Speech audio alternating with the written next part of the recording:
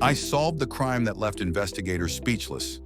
The case of murder victim footprints appearing hours after confirmed death, leading to a grave that couldn't have been dug by anyone who had access to the crime scene.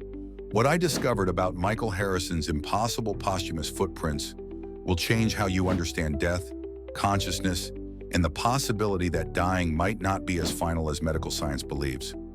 I'm Daniel McKenzie, and the impossible footprints case forced me to question whether death is the absolute endpoint we assume it to be.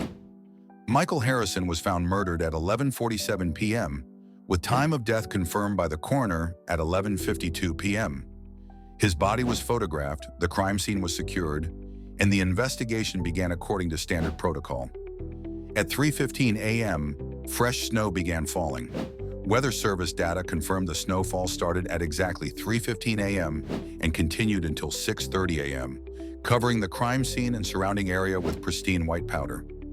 At 7:45 a.m., Detective Sarah Walsh discovered something impossible: Michael Harrison's footprints in the fresh snow, leading away from his body toward the woods behind the crime scene. By the way, everything I'm sharing comes from actual crime scene analysis and investigative reports included in my book, The Impossible Files. The footprint evidence was studied by multiple forensic experts who confirmed its authenticity and impossibility.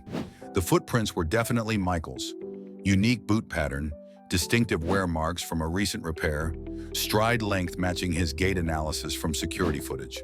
There was no question about the identity of who had made these prints, but Michael had been dead for over 7 hours when the snow started falling. The prints were made in fresh snow that fell after his confirmed time of death. Dr. Jennifer Chen, a forensic pathologist, re-examined Michael's body after the footprint discovery. Time of death was definitively 11:52 p.m., she confirmed. Rigor mortis, body temperature, and cellular changes all confirm Michael was deceased hours before the snow began falling. Yet somehow Michael's boots had walked through snow that didn't exist when he died. The footprint analysis revealed details that made the case even more impossible. The prints showed normal walking patterns. No dragging, no signs of external manipulation, no evidence that someone else had worn Michael's boots to create false tracks. Forensic tracker James Santos analyzed the footprints and concluded they showed all characteristics of voluntary walking by the person whose feet made the impressions. There's no evidence of post-mortem manipulation or artificial track creation.